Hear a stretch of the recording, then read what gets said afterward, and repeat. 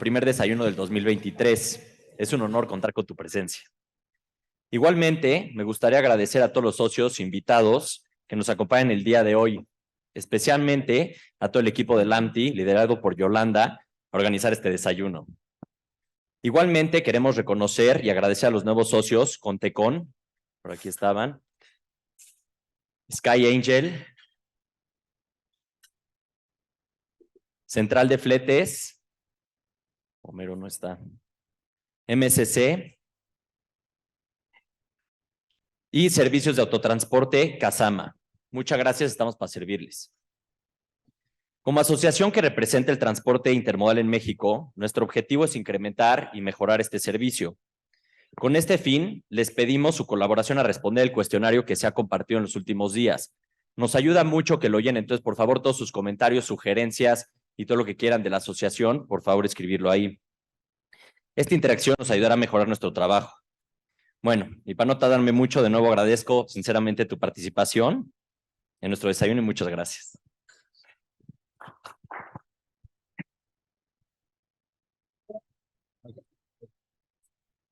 Muchas gracias a todos los que están, de verdad, muy, muy bienvenidos. Es un gusto tener además un foro pues, bastante amplio para este desayuno, el primero de AMTI del año. También un saludo a las personas que están por streaming, que nos acompañan. Tenemos también personas, el evento se está transmitiendo. Luis Hernández, que es parte del consejo, que también se encuentra dentro de nosotros, no está aquí presencialmente, pero nos acompaña también. Pues bueno, vamos a dar inicio con este desayuno. Muchas gracias, Enrique de la Madrid, por acompañarnos. Enrique, ¿quién es Enrique? Es licenciado en Derecho por la UNAM y maestro en Administración Pública por la Escuela de Gobierno John F. Kennedy de la Universidad de Harvard. Ha ocupado los cargos de secretario de Turismo, de director general de Banco Nacional de Comercio Exterior y de director general de la Financiera Rural, además de haber sido diputado federal en la legislatura y coordinador general técnico de la presidencia de la Comisión Nacional Bancaria y de Valores. En el sector privado y la academia, fue presidente ejecutivo del Consejo Mexicano de la Industria de Productos de Consumo, director de Relaciones Institucionales y Comunicación Corporativa de HSBC para México y América Latina, así como director del Centro para el Futuro de las Ciudades del Tecnológico de Monterrey. También es articulista en el periódico El Universal, participa semanalmente en Radio Fórmula y Telefórmula con Leonardo Curcio y conduce y dirige el programa Ahora Futuro, México y el Mundo por ADN 40. Muchas gracias, Enrique, por acompañarnos. Te cedo el micrófono. Gracias, Yolanda. Muy buenos días. Agradecerle al AMTI, agradecerte, Diego, la invitación para estar aquí con ustedes esta mañana y agradecerle su presencia. Y yo lo que me pidieron que hicieras algunas reflexiones, digamos, como de visión hacia adelante, algunos comentarios sobre temas de la economía, cómo veo también los temas de política y, obviamente, algunas reflexiones sobre la parte logística y lo importante que es para la economía de un país. Y después, si lo permite el tiempo, porque yo trataría de no ser muy extenso, que también tuviéramos la oportunidad de tener algún diálogo, que ese es también lo que a mí me gusta también de estas reuniones. A ver, yo creo que estamos en el país verdaderamente en una disyuntiva. Es un punto crítico, es un punto de quiebre. Es un momento muy importante para tomar decisiones. Decisiones que podrán marcar quizá nuestras vidas los próximos 20, 30 años. Y obviamente ustedes están en un sector que vive, que palpa la economía, que siente cuándo se mueve y cuándo se alenta, y también saben las enormes oportunidades que hay. A ver, yo siempre parto del principio primero de decir que sí somos, porque en general los mexicanos, quizá pasa en otros países, somos muy críticos de lo que no tenemos, lo que nos hace falta. En general quizá las personas así somos, pero no hacemos luego una evaluación justa de lo que somos. Y solamente reconociendo dónde estamos es que podemos saber si podemos aspirar a más o no. Entonces somos una economía intermedia, pero que tiene un gran potencial de crecimiento, pero ya hemos alcanzado un nivel en ciertos sectores muy importantes. Por ejemplo, somos una potencia exportadora. Somos un país que se ha logrado integrar a diferentes cadenas de valor. Lo hemos hecho con éxito. Hace 30 años, cuando estaba la discusión de la firma del Tratado de Libre Comercio, pues realmente había el miedo genuino del sector empresarial, del sector industrial, del sector agropecuario de que fuéramos capaces de competir. Y obviamente hubo una enorme resistencia y esto no se hizo como el resultado de la demanda generalizada de la población para que nos abriéramos a la economía. Fue el resultado de una crisis económica y de la necesidad de salir de la crisis y de cambiar de modelo. Pero bueno, muchos años después vemos que pudimos pasar de andar exportando 50,000 millones de dólares anuales a andar exportando 10 veces más. Y claro que en el camino hubo heridos, entre otras cosas porque no tuvimos recursos o políticas para ayudarle, acompañar a muchas personas a enfrentar eso. Pero hoy somos una potencia exportadora. Y repito, 10 veces más. Andamos exportando quizá unos 50,000, 500,000 millones de dólares al año, cuando exportábamos 50,000. Eso, además, algo muy importante. Pasamos de ser una economía en donde el 70% de nuestras exportaciones eran petróleo. Entonces, además, éramos casi monoexportadores. Y en unas últimas cifras que vi el otro día, el petróleo hoy no representa más que el 5% de las exportaciones. Entonces, hay mucha gente que no le ha dado el golpe a lo que esto implicó, que es una economía mucho más diversificada, una economía mucho menos dependiente, porque ya hemos aguantado caídas del petróleo, incluso en algún momento llegó a estar a cero, ¿no? El futuro de petróleo, y hasta negativo, y el país no quebró. Antes no, antes quebrabas cuando caían los precios del petróleo. Luego hay una narrativa muy constante de que el campo está abandonado y que es un campo que es un desastre. Bueno, ese campo hoy nos hace ser el 10º productor de alimentos del mundo, el 10º, ¿sí? Y tenemos ya de hace algunos años para acá, tenemos un superávit en esas exportaciones. Exportamos más alimentos de los que importamos. Y además, qué bueno que así sea, porque exportamos aquellas cosas en donde somos muy buenos, muy competitivos, se lo exportamos obviamente mucho a los Estados Unidos, e importamos muchas de las cosas que de ellos necesitamos, concretamente maíz amarillo.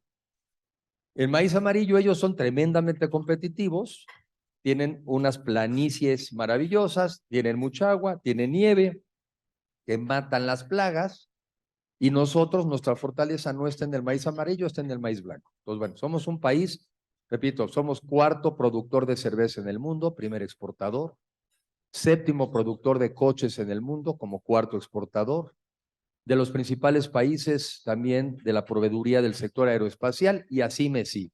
Entonces, primero, esos somos. En la parte política también es muy importante, y sobre todo la gente más joven, que no vino hoy, no, aquí todos son jóvenes, pero que hay que hablar con ellos, porque ellos piensan que esto siempre fue así, no, que esto siempre fue así. Un régimen, estamos desayunando tan a gusto, ¿eh? Un régimen que no, a ver, en el año 76 hubo un solo candidato a la presidencia de la República, López Portillo, uno solo. El PAN, como sintió que no había competencia justa, decidió ni siquiera presentar candidato. Entonces, eso pasó en el año 76. Todos los senadores seguramente eran del PRI, la mayoría de los diputados eran del PRI, todos los gobernadores eran del PRI. Bueno, ese país ya no existe. Y hoy vivimos en una democracia que, entre otras cosas, es el resultado de una oposición que fue presionando, de una ciudadanía que fue presionando, pero también, ¿por qué no?, de un sistema político y de un partido que también fue cediendo, porque también se dio cuenta pues, que tenía que ceder. Entonces, hoy somos un país con un régimen democrático mucho más cercano a lo que siempre nos criticaron, porque en la democracia tiene que haber dos cosas muy importantes: certeza en las reglas e incertidumbre en los resultados. Sí sé con qué reglas juego y por lo mismo no sé cuál es el resultado. Bueno, entonces, este país que tenemos puede aspirar a mucho más. Yo desde hace mucho tiempo usé la expresión que México, país desarrollado en esta generación. Ahora hablo un poco más para tratar de aterrizar y digo que un país de clases medias. Un país de clases medias donde eliminemos la pobreza extrema, eliminemos el hambre y generemos condiciones para poder ir mejorando el nivel de vida de la gente. Son más o menos 55 millones de mexicanos en pobreza, en pobreza. Y eso en gran parte explica también el nivel de resentimiento, de encono, de molestia y de inseguridad. Pero sí tenemos cómo hacerle para disminuir esos niveles de pobreza de manera acelerada. Y yo digo que son tres cosas. Una, evidentemente, un cambio del gobierno actual, porque el actual, así como para bajar la pobreza, no sirve. Es muy bueno para aumentarla. Ya van como 5 millones más de pobres. Tiene que haber también una visión empresarial con una visión más social, más social. Esto también en el mundo se está discutiendo, esto no solamente pasó en México, porque la empresa a mí me parece que es el sector que tiene más capacidad de transformación de una sociedad. Entonces la empresa no solamente sirve a sus inversionistas, a sus accionistas, que claro que les sirve, pero es quizá el sector que más trascendencia tiene en la sociedad, porque es la que genera los empleos, las oportunidades y la posibilidad de mejorar el nivel de vida. Y la tercera, necesitamos también una sociedad mexicana más generosa, que no solamente sea generosa en los momentos donde viene un sismo o donde viene un huracán, que nos volcamos a la gente más necesitada, pero después, cuando esa emergencia disminuye, nos volvemos a replegar cada quien a lo nuestro. Y entonces, si hiciéramos tres cosas, cambiar de gobierno, cambiar una visión de la empresa y un mexicano más generoso, no hay forma que no nos convirtiéramos en un país desarrollado o de clases medias en esta generación. Ahora, si no hacemos esas tres cosas, no hay forma que no vayamos al deterioro. Gradual o acelerado, cada quien le ponga su apuesta. Yo digo acelerado. Hace no mucho estuve yo en alguna reunión en Silicon Valley y ahí nos hablaban de cómo hoy en día el desarrollo no es lineal, el progreso no es lineal, el progreso es exponencial. Bueno, veámoslo con el desarrollo de las vacunas. Antes nos llevaba 15 años desarrollar unas vacunas y ahora se pudieron desarrollar unas vacunas en un año. Y no una, muchas vacunas. Y así están ocurriendo muchas cosas de manera tremendamente acelerada. Entonces yo en mi caso digo, pues nomás por lógica, a la inversa. Si el progreso es exponencial, ¿por qué el deterioro va a ser lineal? También va a ser exponencial. También las cosas se deterioran de manera tan acelerada que pudiera darse un caso, un momento del cual nos cueste mucho trabajo salir. Me voy a otra parte que tiene que ver, entonces, a ver, ¿cuáles son los escenarios por los que México puede irle mucho mejor? Pues porque hay un entorno internacional muy favorable a México. El primero, que ustedes también saben, pues el conflicto China-Estados Unidos, el famoso tema del nearshoring, y eso en parte se debe, yo digo que varias cosas. Una, pues que ya también los americanos se cansaron de ser los que en el fondo le ayudaron también a los chinos a desarrollarse, porque los chinos salieron y se desarrollaron a partir de que se pusieron a exportar. ¿Y quién les compraba muchas de esas exportaciones? Pues los americanos. Cuando les ponen ya los aranceles y les ponen las cuotas y los cupos, muchas de las empresas que hoy en día están en China se quieren mover cerca de Estados Unidos, y ahí está México. Lo segundo, la pandemia y el cambio climático también ya nos enseñó pues que depender de los chips que se hacen en Taiwán, pues es muy riesgoso. Porque si por alguna razón, o un problema de sequía en Taiwán, o un tema de mal clima, o cambio climático, o lo que sea, pues te quedas COVID, otro COVID, pues te quedas sin chips y por lo mismo te quedas sin coches en Estados Unidos, en México, sin celulares. Entonces, eso también ya nos hizo reflexionar al mundo que tenemos que acortar esas cadenas de valor. Yo no creo en la desglobalización, pero lo que sí creo que va a haber es que va a haber una regionalización más profunda. Y ahí está México. Entonces, México tendríamos que estar haciendo todo lo posible para aprovechar esa coyuntura, porque también son ventanas de oportunidad. O sea, también hay épocas donde las empresas dicen, vamos a movernos. Pero una vez que se movieron a un lugar, y si ese lugar no fue México, pues esa ya se nos fue a nosotros. Es como un avión que si se va a la mitad de los asientos vacíos, esos asientos ya se fueron vacíos.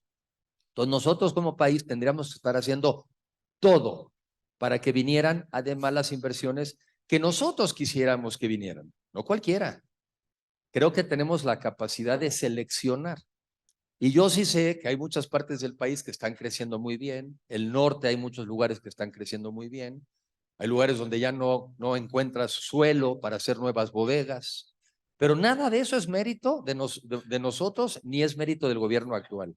Es a pesar de. Pero también sé que hay muchas inversiones que no llegan a México porque nadie les puede garantizar que les van a proveer electricidad, por ejemplo. Y ese es el segundo tema.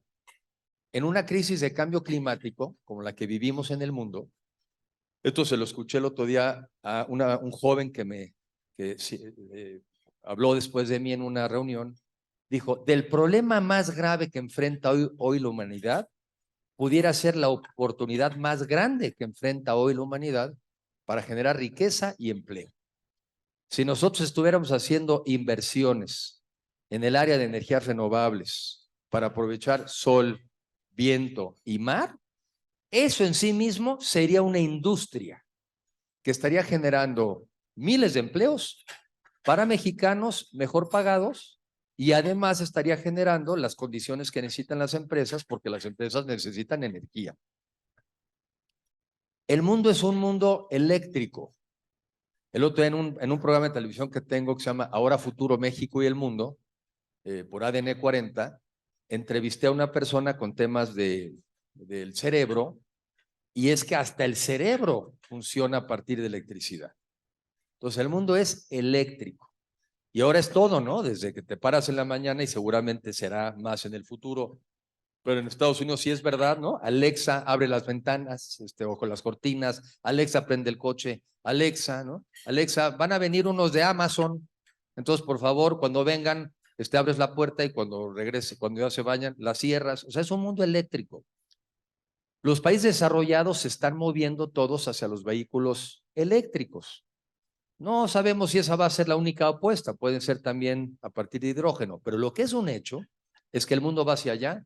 Y México tiene, en la parte tradicional de energías fósiles, tenemos gas, muchísimo gas, la cuarta reserva de gas en el mundo, pero además tenemos sol y viento. Y el tercer elemento, para tampoco extenderme más o mucho más, es que en un mundo digital, en una economía del conocimiento, ser joven es un activo. Porque el joven está mucho más cerca de subirse a estas tecnologías y desarrollarlas. Yo seguramente de mi celular no sé usar ni el 10% de la capacidad del celular.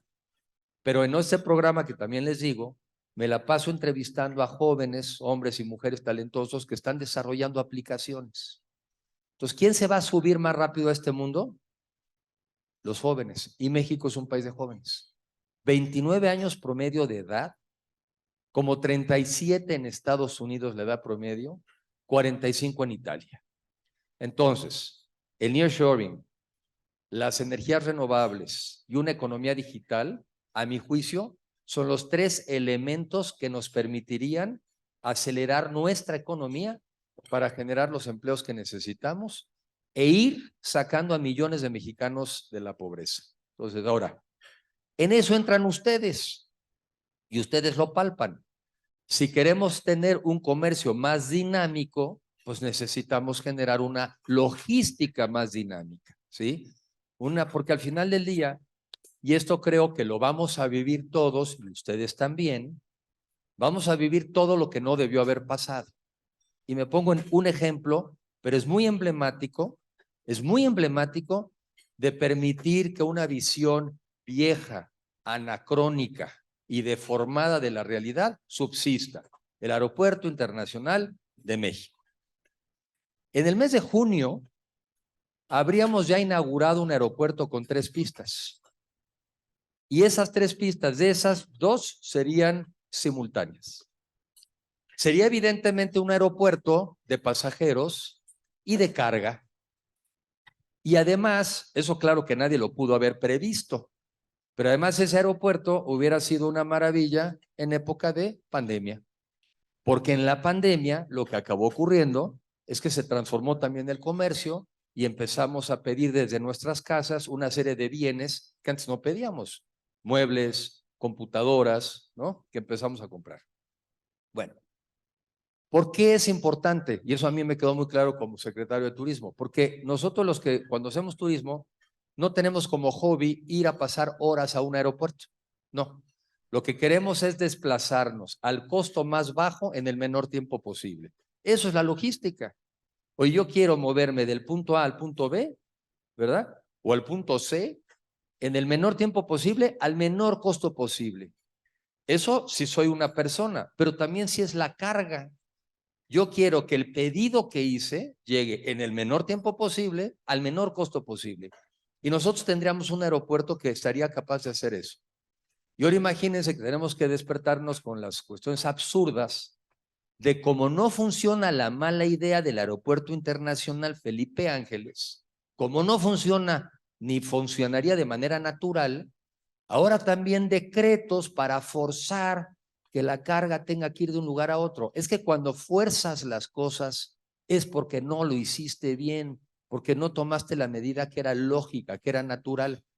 Decía yo un poco aquí de broma, seguramente esto va a ser antiinflacionario, porque imagínense los costos de las empresas de o mover su personal para allá. Está fácil, ¿no? Si yo vivía en un lugar y ahora me dice mi empresa que me tengo que desplazar a un lugar a 30, 40 kilómetros más allá, ¿eso no es costo? ¿Eso no es molestia? ¿Esto no es una disrupción? Ah, bueno, está fácil, seguramente vamos a encontrar mucha gente en Pachuca que quisiera trabajar con nosotros. Sí, nomás que ahora hay que capacitarla, ahora hay que encontrarla. En fin, ese tipo de medidas nos alejan de este país al que podríamos aspirar a ser. Todos los días. Y todos los días siento yo que estamos perdiendo ese tipo de oportunidades. En un estudio que estábamos haciendo, yo hasta hace poco trabajaba en el TEC de Monterrey, y en un estudio que estábamos haciendo para Ensenada, porque ellos querían ver cómo podían hacer que el puerto de Ensenada pudiera sustituir quizá al de Long Beach, ¿no? Que ya ves los aeropuertos, digo, los puertos en Estados Unidos están sobrecargados, están llenos. Una persona que trabajaba en puertos en la administración pasada me dijo, no, Enrique, no es por ahí. O sea, el puerto alterno a Long Beach o a Los Ángeles es o Lázaro Cárdenas o Manzanillo. Y entre otras cosas lo es por lo que ustedes hacen, porque esos puertos a su vez están conectados a carreteras y a ferrocarriles. Y entonces la manera de entrar a veces a Estados Unidos, si entras del lado oeste y quieres llegar al este, pues es más fácil y más corto el camino por México. Y todavía nuestro aeropuerto, sobre todo el puerto de Lázaro Cárdenas, todavía está sobrado. El de Manzanillo, pues ya está un poquito más congestionado, ¿no? Entonces, bueno, la logística es un elemento fundamental para una economía como la nuestra, que tiene una ubicación geográfica maravillosa y donde nosotros tendríamos como destino formar una mayor parte de la cadena de valor de la región más competitiva del mundo, que es Norteamérica. Termino con esto. Nosotros no somos vecinos de los Estados Unidos y de Canadá, somos socios. Nosotros no somos vecinos nada más, somos socios. Y eso cambió también hasta en nuestra mentalidad, que siempre teníamos una mentalidad de víctimas, de estarnos acordando de cuando perdimos la mitad del territorio o nos lo quitaron, y de repente ver que en esa relación comercial, pero que además es una relación que tiene muchas otras aristas, está en gran medida el potencial de nuestro país para salir adelante y vencer los rezagos y los retrasos que tenemos. Entonces, yo soy muy optimista sobre el México que podemos llegar a ser. Soy muy optimista sobre que tenemos un mucho mejor México posible, pero soy muy realista que si nosotros no hacemos lo conducente para ir hacia allá, también soy muy realista del México al que podemos ir a dar. Y cuando alguna persona, y decimos a algunos, oye, Venezuela, y la gente dice, no, hombre, Venezuela no, yo les digo, está bien, les doy a escoger. ¿Qué escogen? ¿Perú? ¿Escogen Bolivia? ¿Les gusta Argentina? Opciones tenemos. Pero ese no debe ser nuestro escenario, ni deben ser nuestras opciones, sino la nuestra debe ser en esta generación, dar verdaderamente un jalón de México hacia arriba para ir a ese México más justo, más parejo, más igualitario y donde podamos vivir todos en paz. Entonces, les agradezco mucho la oportunidad de estar aquí con ustedes y también con mucho interés de intercambiar puntos de vista, pero reconocer que están ustedes en un sector vital, muy importante, y que realmente pues los temas en los que pueda uno ayudar, colaborar y entender, los tenemos que fortalecer. O sea, el comercio internacional es parte de nuestras vocaciones y entonces lo que necesita es una buena logística, necesita buenas carreteras, buenos ferrocarriles, buenas aduanas, ¿no? Buenos pasos, buenos sistemas más modernos, más ágiles, más eficientes, más transparentes, porque todo eso redundaría pues en más empleos para los mexicanos y mexicanos también, sobre todo, mejor pagados. Gracias por la oportunidad y con mucho deseo de conversar. Gracias.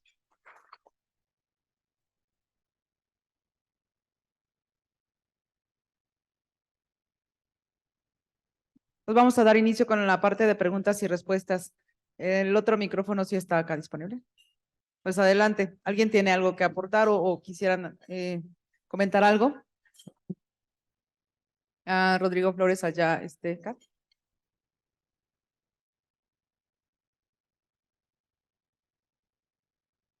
Muchísimas gracias, licenciado de la Madrid. Big fan, como dicen por ahí, ¿verdad? Esperemos que corra para presidente un día de estos. Pero mi pregunta es, me pareció muy interesante su comentario sobre la responsabilidad social de las empresas en México como uno de los tres pilares para mejorar la situación. ¿Podría profundizar un poquito más sobre eso?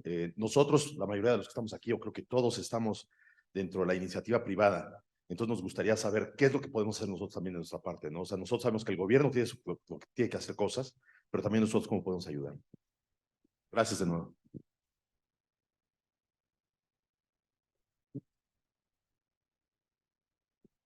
¿Alguien más?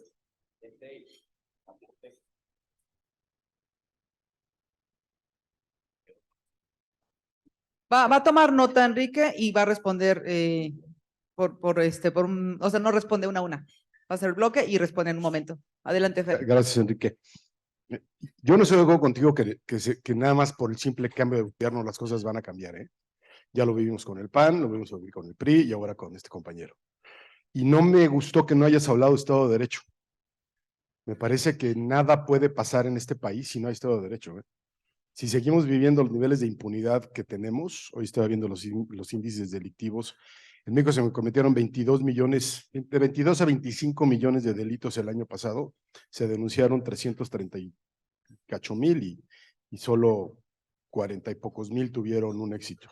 Bueno, un éxito de una resolución que no significa que sea favorable. Entonces, creo que ahí es donde está nuestro talón de Aquiles, ¿eh? Nos ha salvado el Telecán, porque en el Telecán es el único instrumento jurídico que ha tenido el país en los últimos 30 años, en donde nos da cierta seguridad jurídica, pero en todo lo demás estamos jodidos.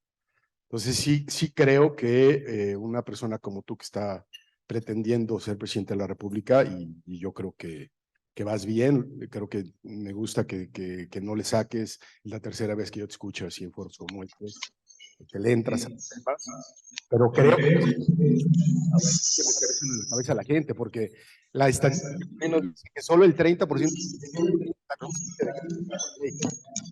¿no? Entonces ahí hay un gran tema. Y la otra es tu opinión sobre qué es lo que va a pasar si se dan bien las cosas en el Estado de México y en Coahuila con la alianza. ¿Qué va a pasar si el PAN va a tener la batuta para la elección presidencial en el 2024? Gracias.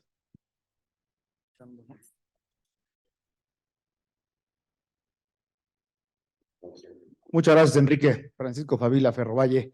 Y un poco en línea, dos preguntas muy breves. Sería, en términos de, ¿cuál sería, hablando de las perspectivas, pronósticos de esta conversación, cuál es tu perspectiva, pronóstico respecto al posible panel en el cual vamos a encontrarnos embebidos para el tema energético con Estados Unidos y con Canadá?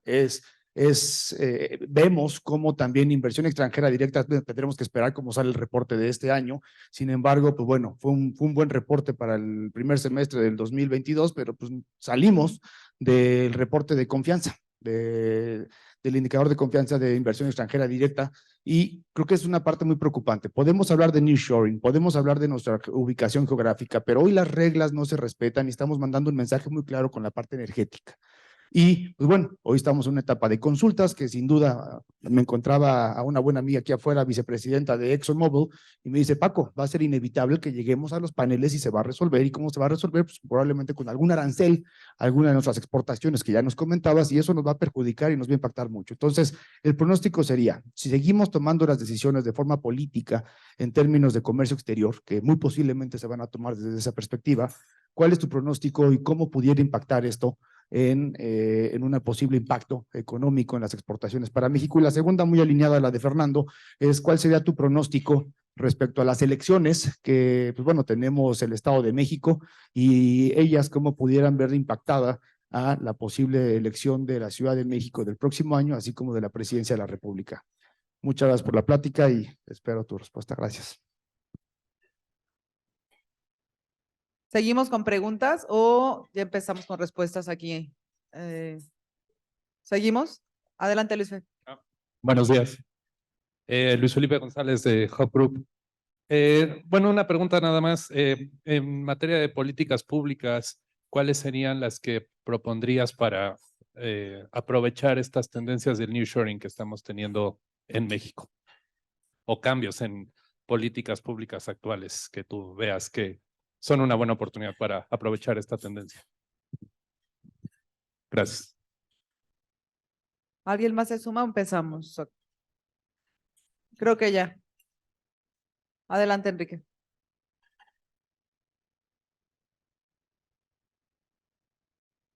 El tema de responsabilidad social de las empresas. Les decía yo que trabajé en el TEC hasta hace un mes, pero todavía antes de que empezara la pandemia, me tocó asistir ellos tienen normalmente un congreso anual en el mes de enero, creo que era, o sea que sería ahorita, y me tocó escuchar a un ponente de un libro que se llama Capitalismo Consciente.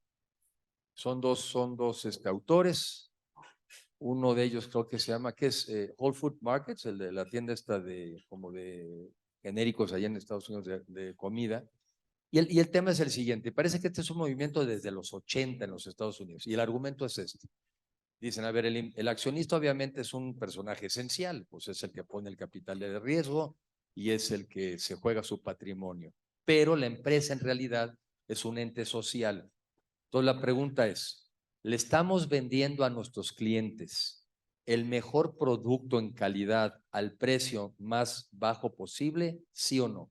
Porque démonos cuenta que el nivel de vida de la gente no tiene que ver solamente con respecto al salario que tenemos, sino en el fondo es nuestra capacidad de compra, nuestro poder adquisitivo. Y eso tiene que ver con ingresos y precios. Entonces, le estamos dando a nuestro cliente, al que nos debemos, le estamos dando el producto de mejor calidad al precio más bajo posible, ¿sí o no? ¿Estamos tratando a nuestros proveedores con dignidad, que son también como nuestros socios, o les estamos pagando a 180 días o a ver cuándo? Como si fuera el gran favor.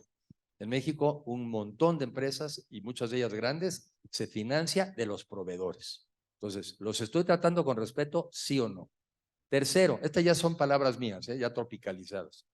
¿Le estoy pagando a mis trabajadores el salario mínimo o les estoy pagando el salario máximo posible? ¿Cuál es el máximo posible? Cada quien lo sabe. O sea, cada quien, yo reconozco que los negocios y las empresas tienen diferentes márgenes, diferentes utilidades, pero de lo que conozco, porque he sido director de banco, pues conozco muchos estados de cuentas de muchas empresas. Y entonces sé que otra vez nosotros pagamos el salario mínimo y con eso cumplo, o estoy pagando lo más que puedo, estoy ayudando a mi gente lo más que puedo. Y la tercera, estoy siendo socialmente responsable con mi comunidad. Me fijo de los temas de medio ambiente, de la contaminación, de los desechos, del agua, en fin. Entonces, esta visión de hoy es que la empresa en el mundo tiene un rol mucho más relevante que solamente medirnos en términos del retorno al inversionista. Es que tiene que ser el retorno a la sociedad. Y yo me planteo muchas veces que como deberíamos de competir hacia adelante es, oye, yo soy la empresa que además de que gana, soy la que mejor trato a mi gente y soy la que mejor trato a mi comunidad. Y a veces lo único que necesitaríamos serían 2 o 3 empresas ejemplares por estado que fueran fijando el estándar para todos los demás. ¿Por qué les digo esto? Porque lo que ha pasado en el mundo al final del día es que han sido épocas de una enorme generación de riqueza, pero también de una enorme concentración. Y está más que estudiado que los ingresos se han ido del lado del accionista y no del lado del trabajador. Y eso es parte del encono en el mundo entero, no aquí, en el mundo entero. Esa es gran parte de la explicación también del Brexit. Ahí les va otra. También, ¿por qué es esto? Porque vivimos en una economía, dijimos digital, pero también vivimos en una economía automatizada. Y muchos de los empleos que teníamos antes los hemos venido perdiendo contra la automatización. Entonces, en el corto plazo, muchas personas están sufriendo y se están sintiendo desplazadas. Luego, entonces, no es de sorprenderse que en un ambiente de molestia y de polarización surjan políticos que justamente saben cómo manipular ese enojo, esa molestia, y es muy fácil que entonces le digan a la gente, tú estás mal por ellos. Tú estás mal por ellos. Ellos son los malos de la película. Y yo creo que entonces tenemos que, como sociedad, reconocer esas personas que se nos van quedando atrás y desde la empresa hacer las cosas mejor. Y eso es lo que con respecto a la empresa, ahorita hablo con respecto al gobierno. Eso es a lo que me refiero y en eso creo que al final del día ya no es solamente cómo me fue en mi estado financiero y qué tal me fueron mis acciones en el corto plazo, sino en conjunto estamos o no mejor. Y sí me imagino, yo sí francamente creo que la empresa tiene un rol fundamental que jugar. Por cierto, estas ideas además las comparten organizaciones como por ejemplo Coparmex. Entonces digo, no son cosas que así como que a mí se me ocurrieron, nada más, y son temas que se están manejando en el mundo y creo que hacia allá tenemos que ir. Empresas, digamos, socialmente más responsables. Miren, ahí les voy otro dato. Esto ya se fue como 20 o 30, hace unos 10 años o por ahí. Me acuerdo de haber leído un reporte de la OECD y también creo que era de la Comisión Federal de Competencia. En México, el 40% de las compras de los mexicanos se hacen en mercados oligopólicos. Y en promedio pagamos precios, en ese entonces era el documento, en ese entonces pagamos precios 40% más altos que si viviéramos en competencia. Pero había ciertos sectores de la economía donde no era 40% más alto, era 100 o 200% más altos. ¿Cómo vamos a salir de la pobreza si los salarios no crecen y los precios son así de desiguales? Entonces, ese es el tipo de conversaciones que tenemos que tener para también ir generando una sociedad más justa, porque no podemos tener una sociedad más segura si no tenemos una sociedad más justa. Eso me da quizá la oportunidad de comentar lo que platicó Fernando, ¿verdad? A ver, tiene razón Fernando. A ver, uno de los temas en donde México tenemos pues, una falla enorme es que no tenemos un Estado de Derecho, no tenemos un Estado de Derecho de verdad. Y peor o igual de mal, no tenemos una cultura de la legalidad. Entonces, en general, los mexicanos a veces pensamos que la ley es como un deseo, es como una buena intención y se cumple si se puede y se cumple si te conviene. Y luego ahí es donde sí me refiero a un cambio de gobierno. Si además tienes un gobierno que te dice que si la ley es injusta, no estás obligado a cumplirla, pues ya se fregó la Francia, porque la ley en teoría es la expresión más cercana que tenemos de lo que debiera de ser justo. Y si una ley no nos parece justa, pues cambiémosla. Pero no somos nosotros, los individuos, los que decidimos si una ley es justa o no y cuándo nos obliga o cuándo no, porque las leyes son las reglas del juego de una sociedad. Y esas reglas del juego deben de existir para que tengamos entre nosotros una convivencia pacífica. Y además tiene que existir un Estado, esa es la razón de ser, pues para que exista quien ponga orden cuando entre nosotros tenemos diferencias. México en ese sentido es un país tremendamente injusto. Y en muchas zonas del país, lo que hacen los mexicanos cuando algo es injusto y no hay un Estado de Derecho para imponer justicia, pues se hacen justicia por propia mano. Y llévenselo a donde se lo quieran llevar. Hay zonas donde ustedes también lo han vivido. Por ejemplo, las tomas de los trenes en Michoacán. Pues es injusto para ustedes. pero seguramente mucha gente no encuentra una manera de canalizar su frustración. No hay un Estado de Derecho para dirimir una controversia, no hay un Estado de Derecho para que obligar al gobierno a que le pague los salarios a los maestros, y entonces pues no es justo, pero ¿qué hacen ellos? Pues toman los trenes y toman las carreteras porque es la manera, la única manera cuando les hacen caso. Más una bola de bribones que seguramente también aprovechan.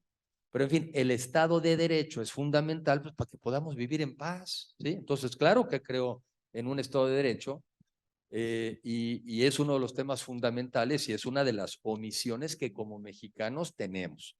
Hay otros conceptos que se parecen y que ya son diferentes. No, yo no voy a pagar mis impuestos porque se los roban, ¿no? Y seguramente muchos sí se los roban, pero les faltó la frase de decir, de que se lo roben ellos, a que me lo robe yo, pues me lo robo yo, ¿no? Esa sí faltó. Entonces, este tema de falta de Estado de Derecho es transversal y es horizontal y es vertical y es todo, ¿eh? No está focalizado nada más en un segmento de la población. Ahí tenemos un gran trabajo que hacer todos nosotros. Y sí es cierto que el TLC en parte ha sido exitoso porque es un marco jurídico. Es que una parte de México sí juega con reglas internacionales. Es que eso fue el TLC. El TLC en el fondo fue imponernos a los mexicanos reglas del juego internacionales. Me salto. Es increíble que si nos ha servido, ahora estemos jugando a violentarlas, ¿sí? O sea, sí nos habían servido porque nos han servido. Porque los extranjeros saben que vienen a México, pueden invertir en el país, sus inversiones serán respetadas y además eso les garantizó acceso a sus mercancías al mercado más grande del mundo. Ese es el TLC. Y así como les dije yo que las exportaciones habían subido de 50,000 a 500,000 millones de dólares, las inversiones también subieron como de 5,000 millones de dólares anuales en los 80s a cerca de 35,000 anuales ahora en estas últimas fechas. Por eso aumentaron las inversiones también, por el TLC. Vienen, invierten, producen, exportan. Pero si cuando ahora tú vienes a México ya empieza a haber incertidumbre sobre el respeto a tus inversiones, pues las inversiones caen. En México traemos niveles de inversión en el país similares a las que teníamos hace 15 años en México, cuando éramos un país con una economía más pequeña y además éramos un país con menos población. Entonces, hoy en día, por ejemplo, vanagloriarnos y que el gobierno se vanaglorie de que recibimos 35,000 millones de dólares, pues es un absurdo, porque recibíamos esa cantidad antes cuando no había nearshoring, cuando no había pandemia, cuando no había todos estos fenómenos, pues tendríamos que estar recibiendo 55, 60. Entonces, pues la gente que no le entienda esto, ¿verdad? Pues dicen, pues si estamos recibiendo lo mismo que recibíamos antes. Sí, mano, nomás que las condiciones cambiaron y tendríamos que estar recibiendo el doble, ¿sí? Eso es a lo que me refiero. Yo, ¿por qué también empecé? Porque parte de mi mensaje les empecé diciendo que pasamos de ser una economía que exportaba el 70% del petróleo y ahora no es más del 5%. Les dije que somos la 10ª economía productor en alimentos, que somos el 4º exportador de cerveza, bla, bla, bla, bla, bla. ¿Por qué en parte digo eso? Porque tampoco nos podemos seguir creyendo el cuentito de que todo lo que hicimos en el pasado estuvo mal. Ese es un muy mal cuentito. Primero, porque no es verdad. Y segundo, porque entonces querría decir que todos los que estamos aquí, pues somos una bola de inútiles, que no hicimos nada, ¿sí? Por querer criticar luego a los gobiernos, lo que no nos damos cuenta es que nos estamos dando, pues, ¿no? Estamos escupiendo al cielo. O sea, nosotros éramos una bola de inútiles y también los que nos antecedieron eran una bola de inútiles. Yo creo que no. Por eso empiezo a veces las conversaciones sobre qué sí somos. Y no, la diferencia, y sí es cambio de gobierno, sí es cambio de gobierno. Porque la diferencia es que sí es un cambio de visión. A ver, es diferente que haya habido gente que haya cometido errores a que la visión que traíamos en el pasado fuera equivocada. O a ver, ¿está mal la visión de que sigamos con el comercio internacional? ¿Está mal esa visión? ¿Está mal la visión de que tenemos que seguirnos integrando a las empresas globales? ¿Está mal esa visión? ¿Está mal la visión de que tenemos que mejorar la capacidad de los mexicanos para que se puedan emplear? ¿O cuál nos gusta que está mal? ¿Está mal la visión de que fortalezcamos la democracia, que defendamos el INE de que defendamos la Comisión Federal de Competencia. ¿Está mal esa visión? No. Y hoy en día sí es la visión. La visión de hoy es desaparecer instituciones para fortalecer una persona. Sí es un juego bien diferente, creo yo. Por lo menos así para mí me queda clarísimo. Entonces, creo que sí tenemos que compartir o seguir avanzando ya. Energías, me sigo. ¿Está mal la visión de que apoyemos las energías renovables? ¿Está mal la visión de que nos salgamos de las energías fósiles gradualmente y que más bien le apostemos a las energías renovables porque es la única manera de combatir el cambio climático? Porque sí es una realidad el cambio climático, porque vivimos un calentamiento global que viene del consumo de las energías fósiles y por eso es una de las principales causas también de la migración a nivel internacional. Los africanos que emigran del desierto del Sahara, emigran a Europa porque ya los niveles de humedad en sus tierras son tan malos y ridículos que ya no pueden producir ahí. Pero lo mismo está pasando en Centroamérica. Estamos perdiendo suelo, clima, en fin. Entonces, nada, tenemos que apostar a las energías renovables y eso es lo que estábamos haciendo. Y estábamos haciendo eso y por eso también muchas empresas internacionales vinieron a México y con la certeza jurídica le apostaron a invertir aquí. A ver, yo he ido, por ejemplo, ustedes seguramente conocen algunos, la zona de la Ventosa en Oaxaca. En la zona de Ventosa en Oaxaca hay tanto viento que no se produce nada, no se podría producir nada porque yo creo que se llevaría el viento las semillitas y se llevaría los arbolitos. ¿Qué se produce? Viento. Y más o menos rentan, los ejidatarios obtienen como 35,000 pesos por turbina, ¿no? ¿Y cuál es la alternativa de eso? Nada, nada. Ahí no podría estar produciendo nada más. Nosotros en México logramos tener la generación de energía eléctrica más barata en alguna subasta. Creo que era 2 centavos de dólar por kilowatt, ¿sí? O sea, nosotros nos da igual que Rusia invada Ucrania desde el punto de vista energético. Si le estuviéramos apostando a las energías renovables, la factura del sol no cambia, la del viento tampoco. Estamos en una de las zonas más competitivas del mundo, donde la gente viene a invertir porque hay energía y porque además la energía sería más barata. Entonces, lo que yo quiero transmitir es que sí estamos enfrentando cambios de visión de país y las diferentes visiones implican diferentes resultados. Yo de eso no tengo la menor duda. Los invito a que estén convencidos de la suya. Porque si creen que es irrelevante un camino u otro, no lo es. Los paneles, ¿qué va a pasar? Los vamos a perder. Ahora, ¿quién los va a pagar? ¿Un inepto funcionario que tomó la decisión? Claro que no. La vamos a pagar nosotros. Ya la estamos pagando con falta de crecimiento económico, con inversiones que no llegan, con energía eléctrica más cara. Ya la estamos pagando nosotros. Bueno, si ahora sabemos hasta lo que nos vienen a decir los extranjeros, y qué bueno que lo sepamos. Porque también antes nos decían que tuvieron reuniones muy interesantes, todo estuvo a todo dar, comieron, no sé, mole poblano y estuvo a todo dar. No, no, no. Nos vinieron a decir que están preocupados de que estamos violentando el Estado de Derecho. Nos vinieron a decir los canadienses que aquí le han metido 13 billones de dólares o 13,000 millones de dólares y que quieren que se respete.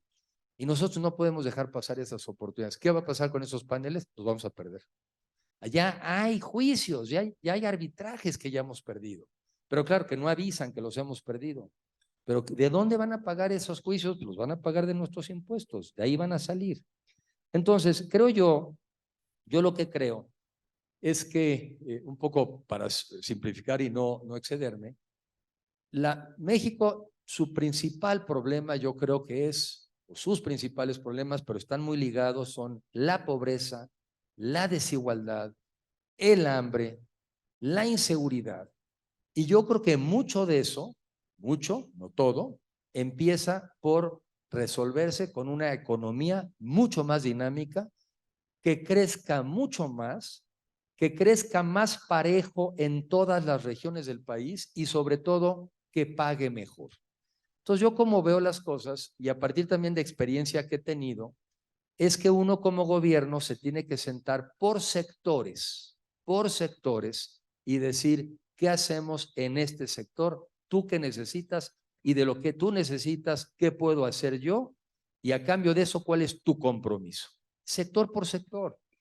Y porque cada sector sabe lo que necesita.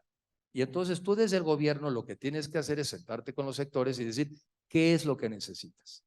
Para eso también habría que poner en los cargos públicos a los mejores y a las mejores mexicanas, las más talentosas, los más talentosos, porque los hay. Y porque el país va a acabar de aquí a 1 año y medio tan dañado que vamos a necesitar a los mejores en cada posición.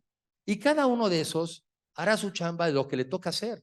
Y al que le toque el tema de agricultura, con el sector agropecuario. Y al que le toque el tema de turismo, con el sector turístico. Y así dinamizar cada uno de los sectores para maximizar su potencial de crecimiento y aprovechando el entorno internacional.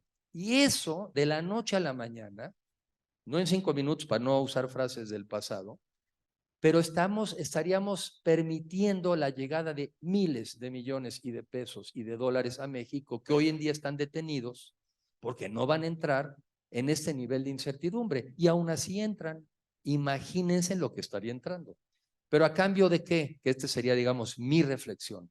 A cambio de estar viendo que generan empleos y que esos empleos son mejor pagados. Y eso se puede medir. Y eso se puede medir. Acompañado eso, evidentemente diría yo de 3 cosas, para dejarla en 3.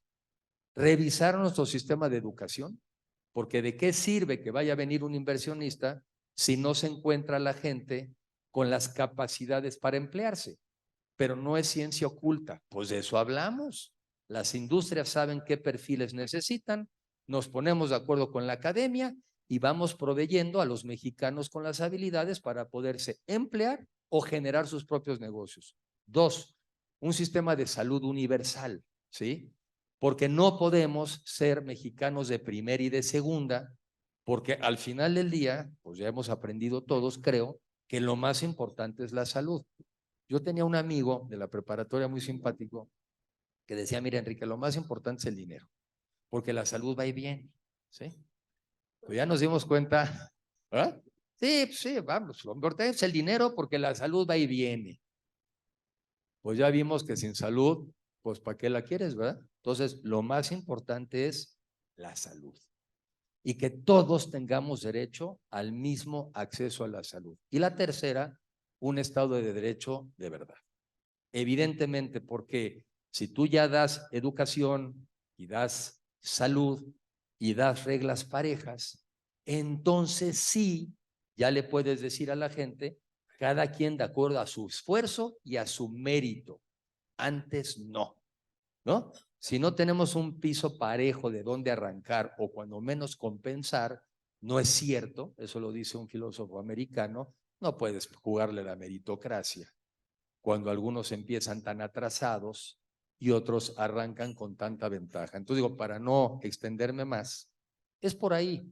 Pero lo que yo les quiero transmitir es, sí hay cómo, sí hay cómo.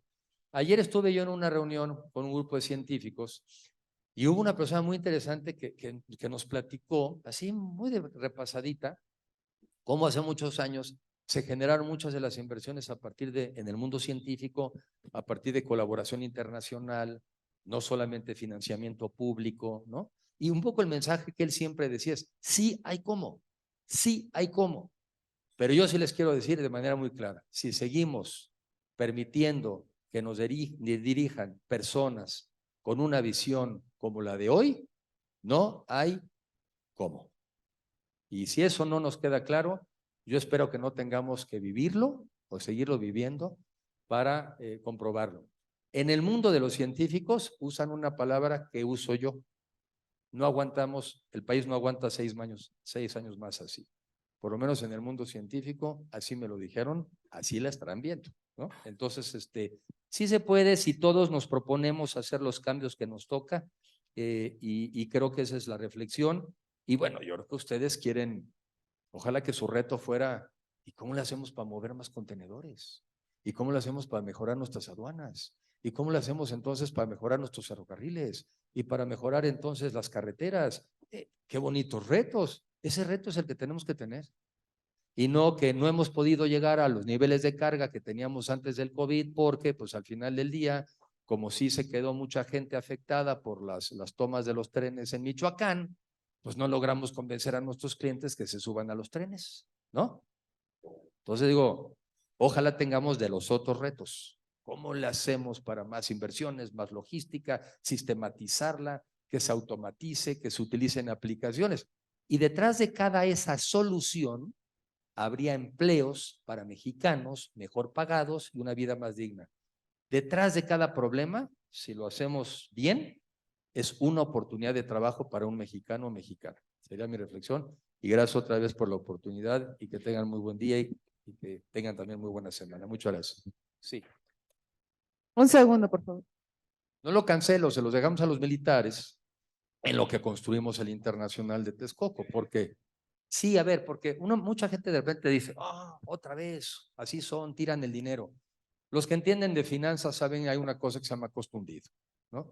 A ver, si una decisión fue mala, en el sentido de que lo que fue malo fue haber cancelado un aeropuerto, que era el que técnicamente tenía la solución, es el que iba a poder tener, ahorita yo les dije, 3 pistas, ya en junio eran 3 pistas, pero eventualmente podría extenderse hasta 120 millones de pasajeros en el tiempo.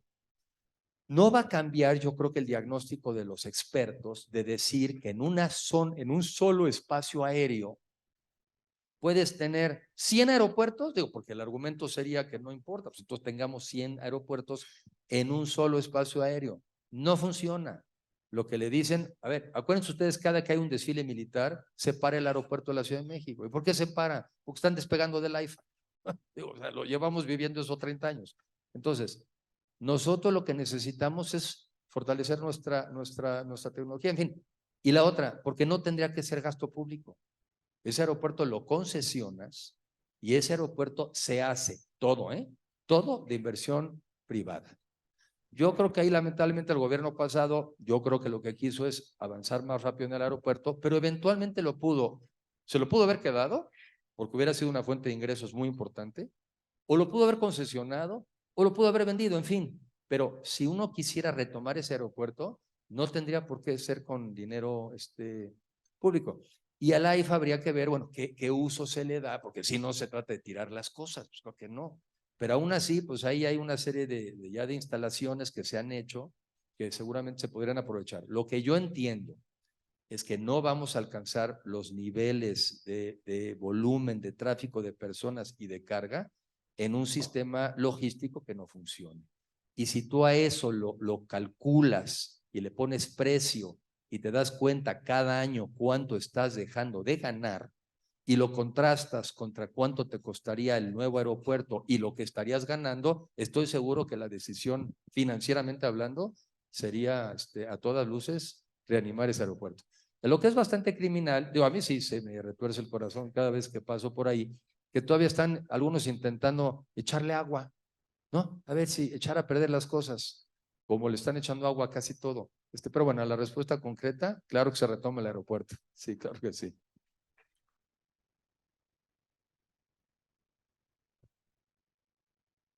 Muchas gracias, Enrique. Muchas respuestas que quisiéramos tener, ¿no? De pronto con tantos temas que tenemos de gobierno. Pues muchas gracias. Vamos a dar, para cerrar nada más la agenda, yo les pido 20 minutos más. Vamos a conocer un poco de nuestro nuevo socio de Contecon.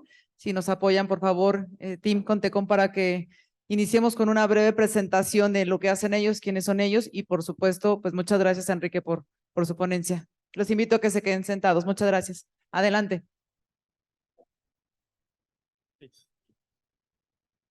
Bueno, buenos días a todos ustedes y antes que nada me gustaría agradecer a Diego y Yolanda por esta bienvenida a todos nosotros. Yo en mi persona he tenido la oportunidad de participar en el Congreso de AMTI el año pasado en Lázaro Cárdenas y ahí me gustaría felicitar a todos de ustedes por haber creado esta organización muy unida, esta colaboración para buscar soluciones en esta cadena logística. Creo que aquí en este foro tenemos todos los actores que están los más relevantes para mejorar el desarrollo del país de México. Agradecemos a ustedes por esta cálida bienvenida a Contecon Manzanillo y lo que nos gustaría comprometer a cada uno de ustedes es estas puertas abiertas para mejorar toda la colaboración y comunicación. Queremos aquí queremos aquí que estemos un socio muy comprometido y muy activo en todos los eventos para este año. Para presentar el equipo de Contecon, yo soy Miquel Puyat, el director comercial de Contecon Manzanillo. Yo soy de Filipinas, apenas 2 años aquí viviendo en México y espero seguir mejorando mi español, ¿no? Entonces, muchas gracias. Presentando nuestro equipo, Héctor Herrera, nuestro gerente comercial de servicios logísticas, y Brenda Guadarrama, nuestro Key Account Manager para comercial. Gracias. Lo que hemos preparado aquí es una breve presentación para que conozcan nuestra empresa. Tenemos también un corto video para que la gente que no ha tenido la oportunidad de ver las instalaciones nuestras en Manzanillo. Y obviamente tenemos las puertas abiertas para invitarles cuando tengan esta oportunidad de conocer a Manzanillo. Y también lo más importante, nos gustaría compartir nuestros planes de expansión que ya ha iniciado el año pasado. Hemos invertido alrededor de $230 millones para el crecimiento del puerto de Manzanillo. Y al final vamos a acabar la presentación para que conozcan nuestras soluciones logísticas que estamos ofreciendo a todo el mercado y nuestros socios aquí en AMTI. Siguiente, por favor. Contecon Manzanillo viene de una sede central de un grupo filipino concentrado en Asia, donde operamos 32 terminales en 19 países del mundo, ¿no? Y México ha crecido mucho desde el año pasado. Ya es la operación más grande del grupo fuera de Manila, donde tenemos nuestra sede central. Entonces, el grupo está muy comprometido en el crecimiento aquí en el país y apostando mucho en todo el desarrollo aquí en el puerto. El siguiente slide, por favor. Aquí tenemos un mapa solo para compartirles un poco de las ubicaciones donde nosotros operamos, concentrado principalmente en Asia, donde tenemos nuestra sede central, pero también tenemos operaciones en Europa, en África y también en Latinoamérica. Siguiente slide, por favor. Latinoamérica estamos concentrados aquí en Manzanillo, en México. También tenemos una concesión para operar en Tuxpan, que aún no ha empezado. En la costa oeste, en Buenaventura, en Colombia. En Guayaquil, Ecuador. En el Caribe, en Honduras, Puerto Cortés. 2 terminales en Brasil, en Recife y Río de Janeiro. Y por último, Buenos Aires, en Argentina. Aquí les comparto un corto video para que conozcan nuestras instalaciones.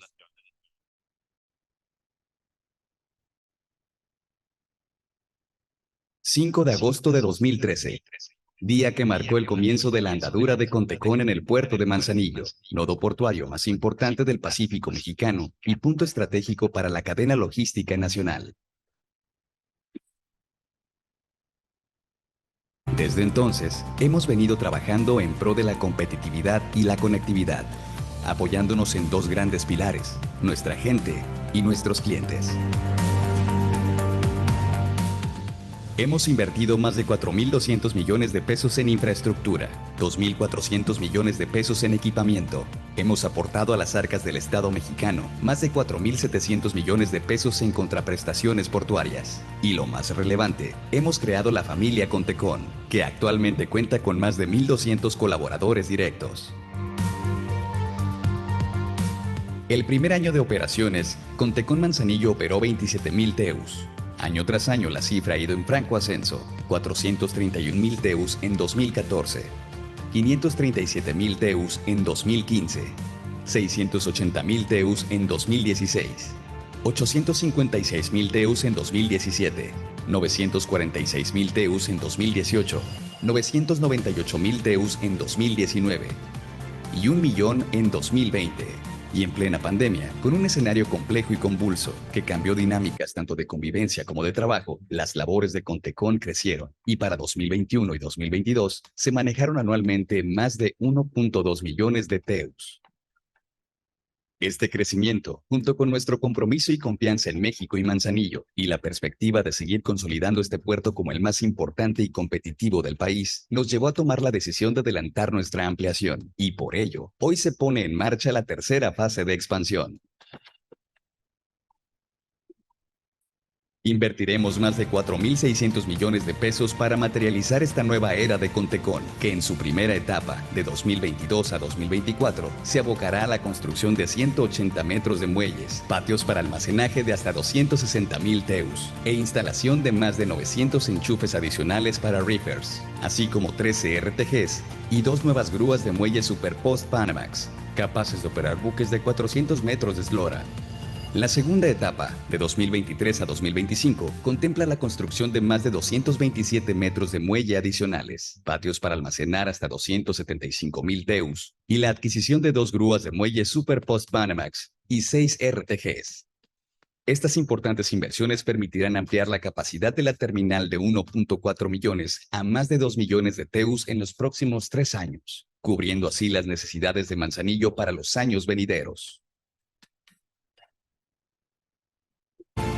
Pronto veremos hecha realidad esta crucial inversión. Grúas pórtico capaces de operar los buques más grandes del mundo. El personal mejor capacitado, recorriendo los muelles y patios más modernos y seguros. Siendo un motor para una mayor generación de riqueza y bienestar para miles de familias colimenses y, por supuesto, de todo México. A toda nuestra gente que ha trabajado muy duro en los tiempos más difíciles de la logística mundial, extendemos nuestra total admiración por su labor siempre impecable. Este esfuerzo es por y para ustedes, que gestionan, accionan y resuelven de manera profesional. Gracias infinitas por ser la mejor parte de este gran proyecto. Y a todos nuestros clientes, muchas gracias por confiar en Contecon y en su gente. Vamos a continuar mejorando y potenciando este gran puerto con la ayuda de todos ustedes. El comercio es la fuerza que mueve la economía mundial y Manzanillo, la principal puerta de entrada a nuestro país. Por eso, en Contecon Manzanillo, nuestro lema es: juntos, conectamos y movemos México.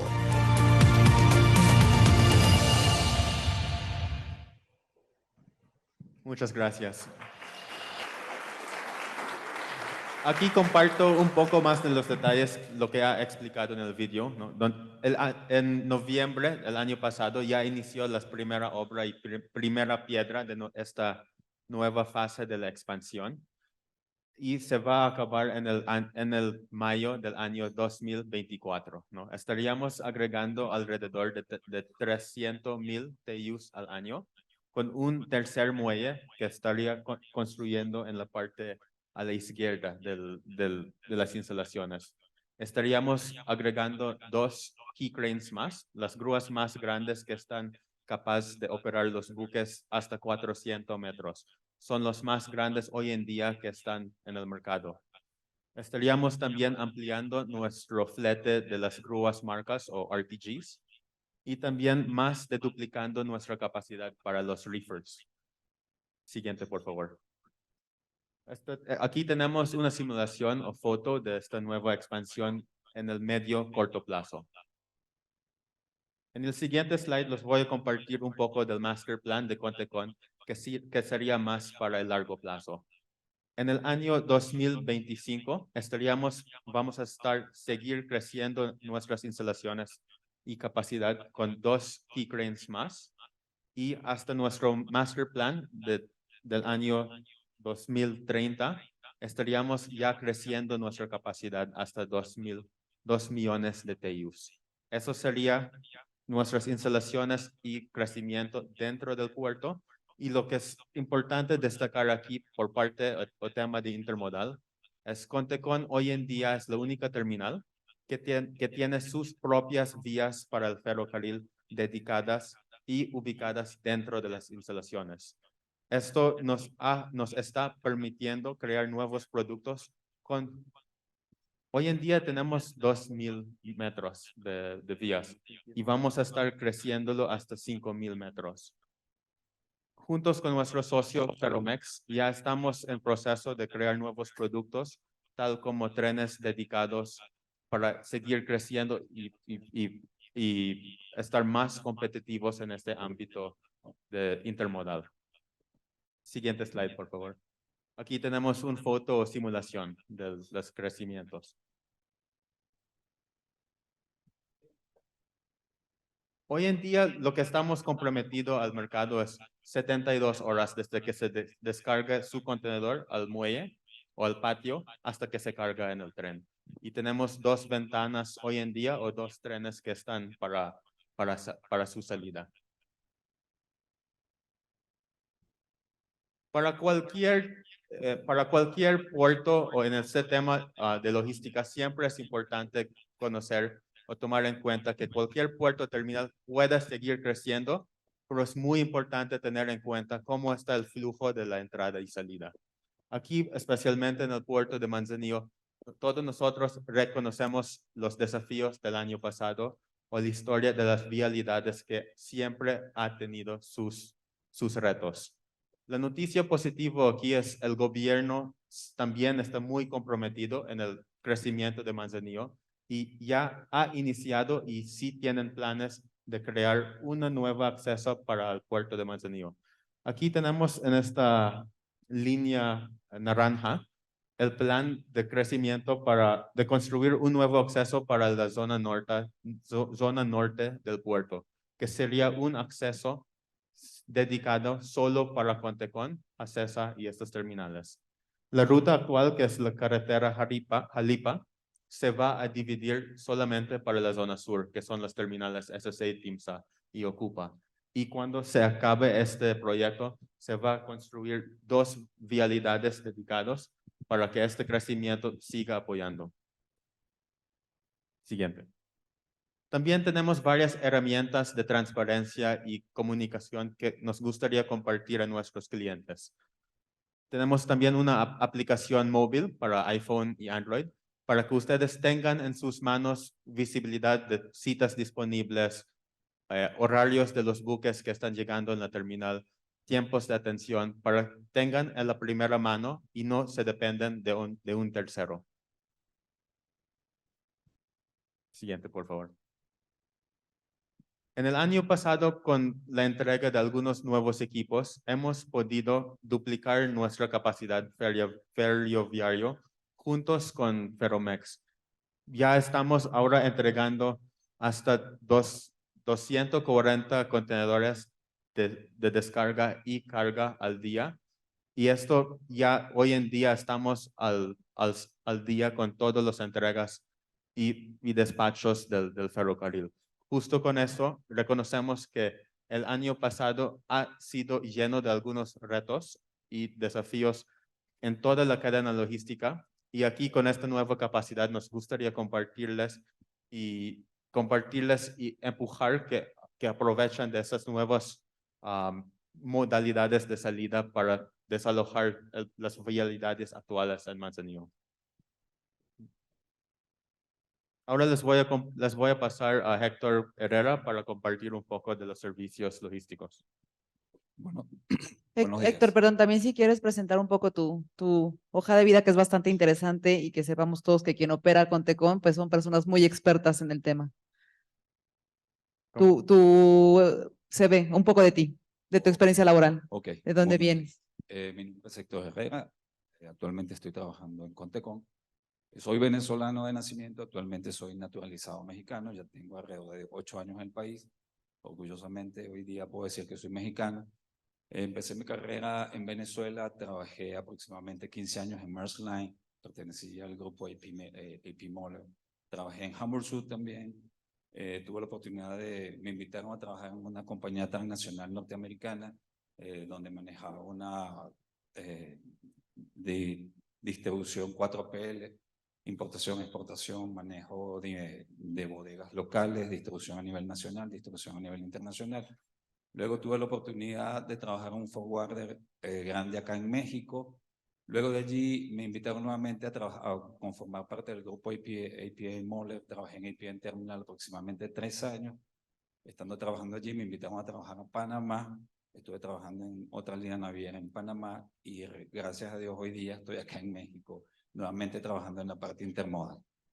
Gracias por la introducción, Yolanda. muchísimas gracias a las personas que se pudieron acercarse hoy. Muchísimas gracias por su tiempo. Básicamente, hoy les quería hablar de Logipuerto. Logipuerto es una empresa hermana de Contecom, perteneciente al grupo ICTSI. Es una empresa que nació con una visión diferenciadora, porque como ustedes saben, en los últimos años han habido problemas disruptivos en la cadena logística en el país, por lo cual muchísimos clientes se nos acercaban a la terminal buscando apoyo, buscando soluciones alternas. Para nuestro bien y para el bien del negocio, cuando nos sentábamos con diferentes clientes a revisar cómo era su cadena logística, dónde estaban los cuellos de botella, nos dimos cuenta, así como más de uno de ustedes seguro se han dado cuenta, que había muchas oportunidades de mejora en la parte de transporte, en la parte de logística, de planeación, de coordinación, y el grupo ICTSI vio la oportunidad de crear una compañía de logística que pudiera dar ese apoyo y hacer esa diferencia en el puerto de Manzanillo, siempre y cuando que estuvimos concientizados de todas las limitaciones que había en el puerto. De allí se crea esta compañía Logipuerto. Logipuerto hoy en día todavía no tiene un año, fue creada a mediados del año pasado. Tenemos varios casos de éxito, pero no les quería quitar mucho tiempo y simplemente les quería hablar un poco de la compañía. Siguiente slide, por favor. Y les voy a dejar un pequeño video para que más o menos vean cuál es nuestra filosofía de trabajo. Por favor, video.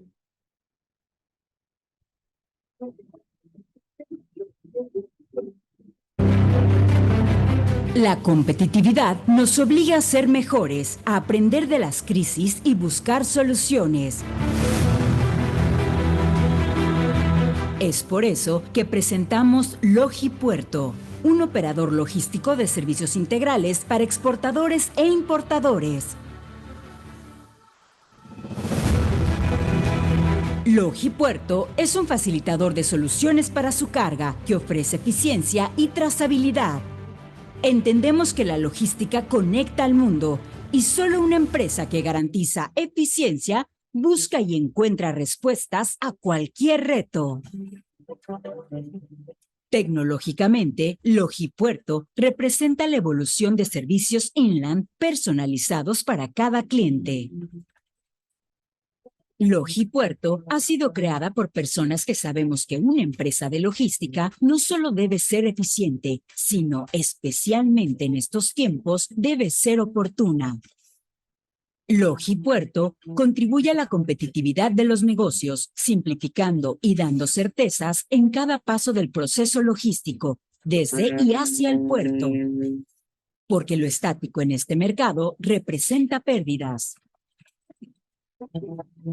La experiencia que nos respalda permite el desarrollo de un abanico de opciones que se ponen al servicio de los clientes que no pueden aceptar un no como respuesta.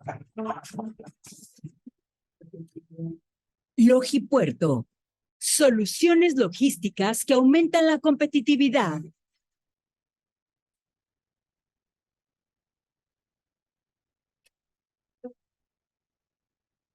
Muchísimas gracias.